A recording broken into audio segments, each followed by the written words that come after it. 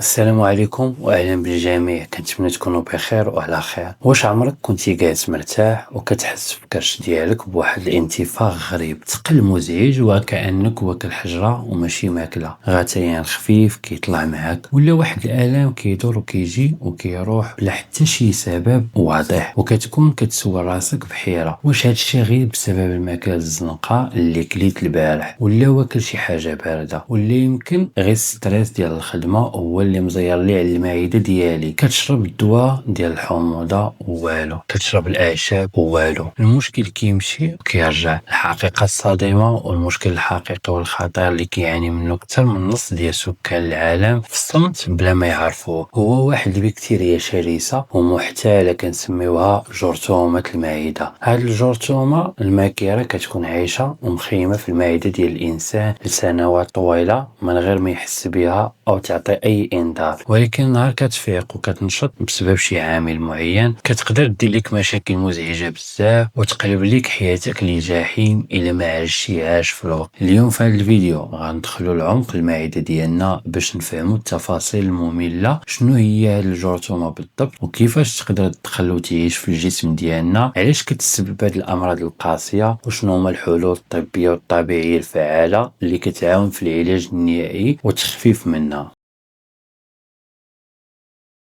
باش نفهموا هذا المشكل مزيان ومن الجذر ديالو خاصنا نوقفوا عند واحد المعجزه علميه غريبه بزاف. المعده ديال الانسان فيها واحد الحمض قوي جدا اللي كيتسمى حمض الهيدروكلوريك. هذا الحمض القوه ديالو تقدر تذوب طريف ديال المعدن الا تلاح فيه، وهذا الشيء اللي كيخلي المعده مقبره لاي بكتيريا كتدخل مع الماكله. ولكن كيفاش هاد الجرثومه ديال المعده قادره تعيش في هذا الوسط الحمضي القاعر؟ الشيء العجيب هو ان هاد الجرثومه ذكيه بزاف، ملي كتدخل كتفرز واحد الانزيم اللي سميتو اليورياز. هذا الانزيم كينتج ماده الامونيا اللي كدير بحال شي درع واقي او فقاعه كتحمي الجرثومه من حمض المعده. من بعد كتمشي تتخبى وتستقر في الطبقه المخاطيه الداخليه اللي كتحمي جدار المعده. ملي كتستقر تما كتبدا تفرز السموم كتدمر هاد الطبقه المخاطيه بشويه بشويه وكتضعف الحمايه الطبيعيه ديالو. مع الوقت داك الحمض المعده كيولي كيقيس الجدار الداخلي اللي ما كيبقاش محمي، وكتخلي المعده تولي حساسه ملتهبه مهيجه بشكل مستمر، وكيبدا الجسم يرد الفعل بداك الالام الحرقان والاضطرابات في الهضم. يعني باختصار هي ضيف صغير مجهري ولكن التاثير ديالو مدمر الا تساهلنا معاه وخلينا يبني المستعمرات لداخل.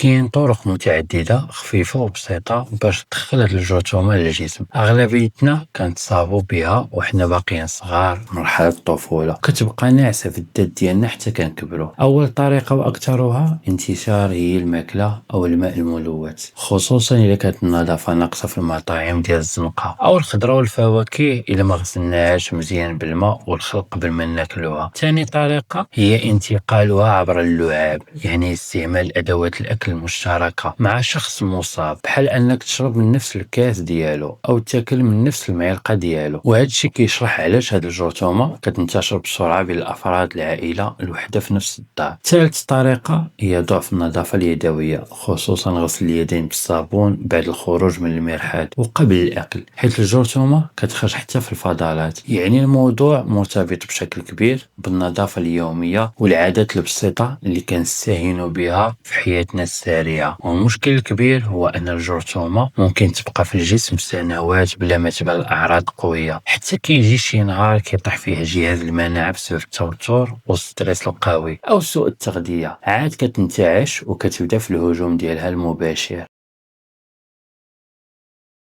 أعراض ديال الجرثومة كتكون متنوعة وكتقدر تشابه مع أمراض أخرى، ولكن كاين علامات مميزة كتعطيك الخبر. أول عرض أوضحهم هو داك الآلام القوي والوغص في أعلى البطن تحت القفص الصدري مباشرة، وهذا الآلام كيزيد خصوصا ملي كتكون المعدة خاوية بحال في الصباح بكري أو بين الوجبات، وكتحس بشوية ديال الراحة ملي كتاكل. ثاني عرض هو انتفاخ الدائم والغازات الزائدة، كتحس بكرشك ديما منفوخة واخا كتاكل غير تفاحة. ثالث عرض هو التجشؤ بكثرة، يعني التكراع بشكل مستمر ومزعج مرفوقين بغثيان أو حتى تقيؤ مع بعض الحالات المتقدمة. رابع عرض هو فقدان الشهية والشعور بالشبع بسرعة خيالية، كتاكل 2 لقمات وكتحس بالمعدة عمرات وتبلوكات. خامس عرض وهو الأهم والأكثر إزعاجا هو الحموضة والحرق المستمر اللي كيطلع من المعدة للصدر وكيحرق لي القرجوطة ديالك. في بعض الحالات المتقدمة والخطيرة إلى جرثومة دات القرحة نازفة في المعدة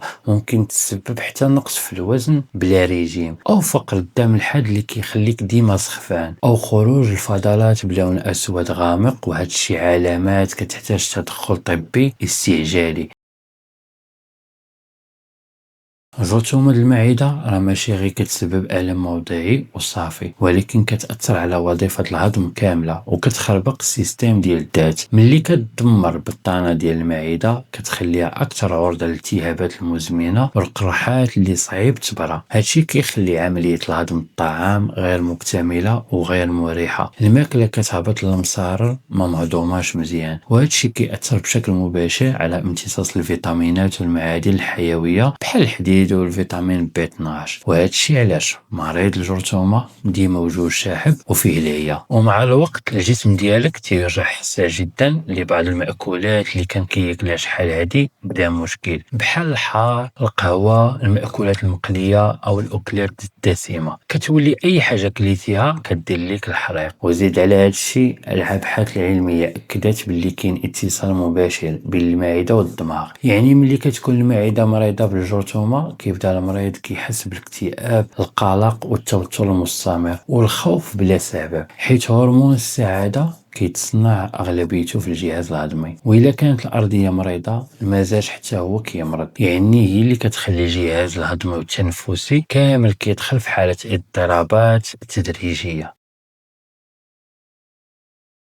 باش نقضيو على هاد الجرثومة ما كاينش شي حاجة سميتها العلاج بالأعشاب بوحدها. أول خطوة ضرورية ومؤكدة هي زيارة طبيب مختص لإجراء التحاليل الدقيقة، سواء تحليلة ديال النف أو تحليلة ديال الخروج للتأكد من وجود الجرثومة. العلاج الطبي غالبا كيكون عبارة عن بروتوكول كيتسمى العلاج الثلاثي أو الرباعي، كيكون فيه 2 أنواع أو 3 ديال المضادات الحيوية بجرعات دقيقة مع أدوية لتنظيم الحموضة باش يعطيو فرصة الجدار ديال المعدة يترمم. والسر ديال نجاح هاد الدواء هو الالتزام بالمدة الكاملة واخا كتحس براسك وليتي لاباس. في الجانب الموازي للعلاج كاينين نصائح غذائية صارمة كتعاونك تسرع للشفاء. خاصك تقطع بالمرة القهوة والمشروبات الغازية، السكريات المصنعة، الابتعاد تام على الأكل الحار، المقليات والدسمة. خاصك تقسم الوجبات ديالك ل5 ديال الوجبات صغيرة في النهار بدل 3 كبار باش ما تهرقش المعدة ديالك. وشرب الماء بانتظام. بعض الأغذية الطبيعية كتعاون بزاف في هذه الفترة بحال عصير المكور أو الكرنب اللي كيعالج القرحة، أو البروكولي والثوم، وبعض الأعشاب بحال البابونج أو النافع تقدر تعاونك في التهدئة ديال المعدة وطرد الغازات. ولكن كنأكد هذا الشيء مكمل وما كيغنيش نهائيا على المضادات الحيوية اللي كتقضي على البكتيريا من الجذر. خلاصة القول خوتي خواتاتي، جرثومة المعدة هي حالة شائعة بزاف، ولكن الخطير بشكل كبير إذا تحملات وبقينا كنكبروا معاها، لأنها كتأثر على الراحة ديال الجهاز الهضمي كامل وكتقدر تطور الأمراض خايبة في المستقبل. الخبر المزيان والمفرح هو أنها قابلة للعلاج بشكل نهائي إذا تشخصات بكري، والالتزام بالعلاج الطبي بالحذافير ديالو ومع ديك النصائح الغذائية اللي غتريح المعدة ديالك. الوعي، النظافة الشخصية، الابتعاد عن الماكلة ديال الزنقة اللي ما متأكدينش من النظافة ديالها هما الأساس باش نتفاداو هذا المشكل ونحميوه من البداية. إلا حسيتوا بهاد الأعراض ما ترددوش تمشيو للطبيب باش ترتاحوا وترجع لكم الشهية ديالكم وحياتكم الطبيعية. إلا عجبكم هذا الموضوع وحسيتوا بهاد المعلومات فاتتكم ونورات لكم طريقكم، ما تنساوش تدعموا المقطع بلايك باش تشجعونا، وتشاركوا هذا الفيديو مع العائلة والأصدقاء أو أي واحد كيبان لكم كيعاني من هذا المشكل ديال أعراض المعدة ومحتاج التوجيه. تهلاو في ريوسكم، في صحتكم وفي ماكلتكم اللي كتدخلوا لدعواتكم، ونشوفكم في موضوع جديد ومعلومة جديدة ومفيدة إن شاء الله. السلام عليكم.